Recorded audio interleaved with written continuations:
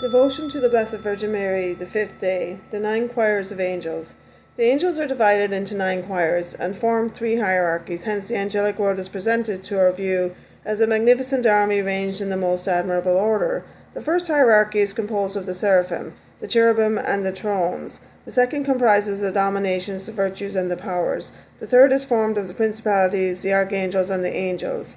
Each choir has a different office, as will be shown in the following outline, necessarily brief since the scope of this little work does not permit more. But let us fervently beg each one to share with us the particular grace with which it is endowed. The seraphim come first. Their very name means ardour, and they are consumed with the fire of divine love, of which they are the created representations. This burning love keeps them ever close to God's throne, and they bear love and light to the lesser choirs of angels. O ardent seraphim, enkindle in our hearts by the virtue of the divine blood the sacred flame of the love of God with which you are consumed. The cherubim are next. Their name signifies fullness of knowledge. They are characterized by a deep insight into God's secrets, and they truly possess the fullness of the divine science of heaven. They enlighten the lesser choirs of angels and are to them the voice of divine wisdom. O bright cherubim, instruct us more to appreciate the power of the precious blood in the excellent science of the saints, that we may also praise and glorify God with you. The thrones form the last choir of the first hierarchy, which is the closest to the divine majesty. They are so styled because their main characteristics are submission and peace. God rests upon the thrones, and in a certain manner conveys his spirit by these angels, who in turn communicate it to the inferior angels and to men. We should pray to the thrones especially for peace. O blessed thrones, obtain for us peace through the divine blood, that peace which the world cannot give, which comes from submission to God's will in our regard. The second hierarchy of angels is more specifically devoted to the management of human affairs. It opens with the dominations, so called because they rule over all the angelic orders charged with the execution of the commands of the great monarch. Therefore these bright spirits make known to us the commands of God, and their main virtue is zeal for the maintenance of the king's authority. Let us remember them when seeking God's will, and invoke them in our perplexities. O holy angels, pray to God for us, that we may be ever faithful to his holy will in all the circumstances of our earthly pilgrimage. To the choir of virtues has been confided the duty of carrying out the orders issued by the dominations. To them is attributed strength, and we should seek their assistance in combating the enemies of our salvation. It is through them also, says Buddha, that God governs the seasons, the visible heavens, and the elements in general. Although angels of the lower hierarchy have charge of them, let us therefore have recourse to the virtues in all extraordinary necessities of mind and body, as well as in times of public afflictions. Almighty intelligences, help us always in virtue of the divine blood to accomplish with perseverance whatever duty has been entrusted to us by God's will. The powers, someone has said, are the favorites among mortals. They are appointed in a special way to fight against the evil spirits and to defeat their wicked plans.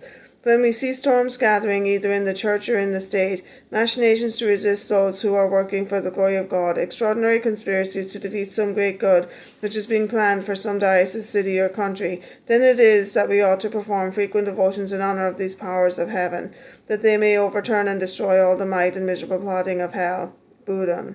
O invincible powers, in virtue of the divine blood, defend us against the attacks of the devil, the world, and the flesh, and make us victorious against that triple power. The principalities preside over the third hierarchy. Their duties are executive in regard to the visible world of men. They also guard the nations of the earth, and St. Thomas says of them, the execution of the angelic ministrations consists in announcing divine things. Now, in the execution of any action, there are beginners and leaders. This, the leadership, belongs to the principalities. We should then invoke them for the protection of our country, that it may realize the designs of God upon it. Those who have to exercise any authority should honor those blessed spirits in a special way. They would receive from them graces of light and strength in the discharge of their duties. Sovereign principalities, in virtue of the divine blood, govern also our souls and our bodies, and assist us in the attainment of our eternal destinies. The archangels are entrusted with the more important missions to men. They are also given as guardians to great personages, such as the Holy Father, cardinals, bishops, rulers of states, and others who have special work to do for the glory of God upon earth. They protect the church under the leadership of St. Michael and defend it against its enemies. Let us not forget them when praying for the triumph of the church, that these celestial spirits may safeguard its interests and watch over our supreme pontiff. Noble archangels, we beg you to aid us always, that profiting by the divine blood, we may ever live in faith, hope, and charity, and die as true children of our Holy Mother, the Church. The angels, specially so called, close the last choir of the spirits of light. They are the ordinary messengers sent to men, and from their ranks our own guardian angels are usually chosen. They mirror in a very particular way the goodness of God towards us. They are ever ready to go wherever the will of God sends them, and they minister to all, just and sinner alike. They have a true sense of values, and they know that to serve God in any capacity is a very great honour.